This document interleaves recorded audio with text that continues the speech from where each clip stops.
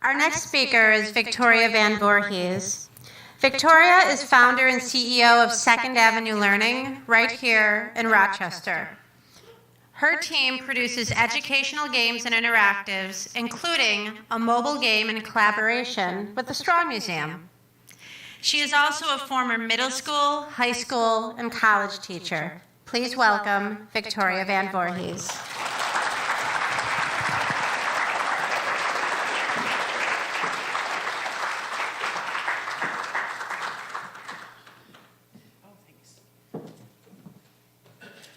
Hi, it's great to have a gaming event here in Rochester. I usually have to travel to talk to people in the gaming world. So it's really, and it's such an honor to be with this amazing group of women. And there are so many threads from the stories that you all told this evening that speak to me that I'm going to actually sort of shift my remarks a little bit. Let's see, did I push this the wrong way?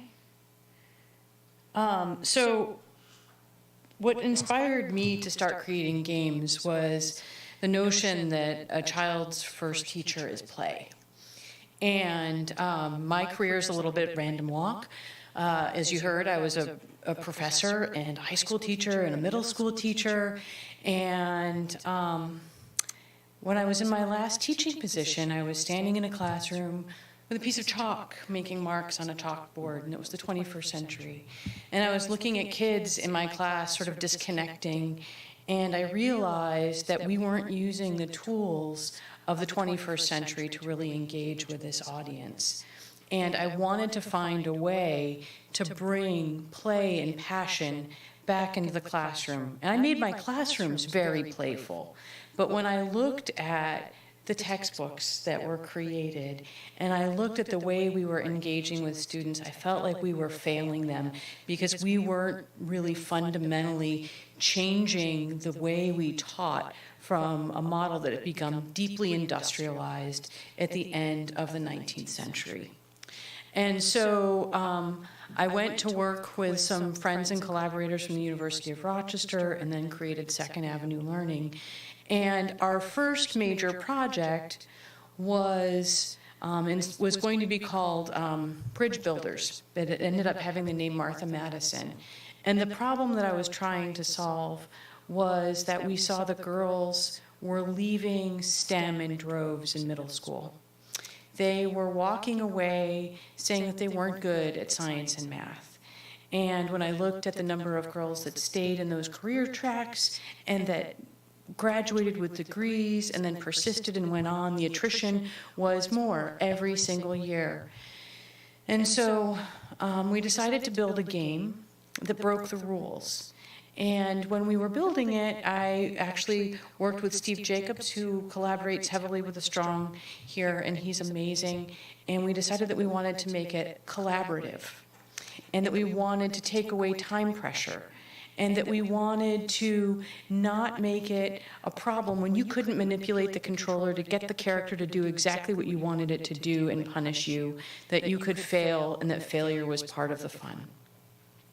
And so we created a game called Martha Madison's Marvelous Machines, and it's gone on to win a lot of awards. It's played in 31 countries now, and I still have trouble marketing it here in the US in schools, but the schools that are playing it love it. And when we did our research studies, we found that we could actually close the STEM affiliation gap with low SES kids and girls because of the design choices that we'd made. And so when you think very intentionally about the audience of your design, you can design to be inclusive. And so my inspiration in game design is all about engaging that curiosity, keeping the passion alive. But when you design for education, you don't have the luxury for designing for one demographic, where you can just say, okay, I'm going to design a game for middle-aged white women who are waiting for their kids' soccer practice to be over, or a 15-year-old boy who wants to play a first-person shooter. There's a lot of CSGO that happens in my house right now, much to my chagrin. But you have to, in fact, design for everyone. And so when you design with that kind of intentionality, You can create opportunities for people to see themselves in new roles and to aspire to be new things. And that's what really inspires me. And I have to say that one of my pivotal moments in this was the first iteration of our Martha Madison game. I thought that we had absolutely cataclysmically failed. We went over to RIT and we did over-the-shoulder camera studies, and we had fraps capture, and we had pre-post surveys and pre-post tests. And when I looked at the results for my low SES kids, I really was upset because I didn't see a change in their science scores after playing the game. And I did with all my suburban affluent kids.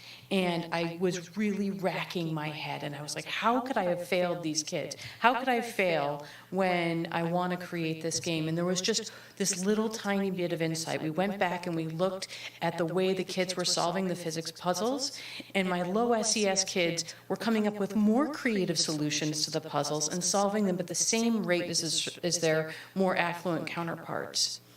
And we were seeing that same thing with girls, but we weren't seeing the results on the pre-post tests. And it was because they didn't know the language of science. And so guess what we did? We went back and we refactored the game and included the language of science so that it felt like you were getting hints on how to play the game. And all of a sudden, the results totally transformed. And so through the power of play, we have the ability to change lives. And that's why I create games.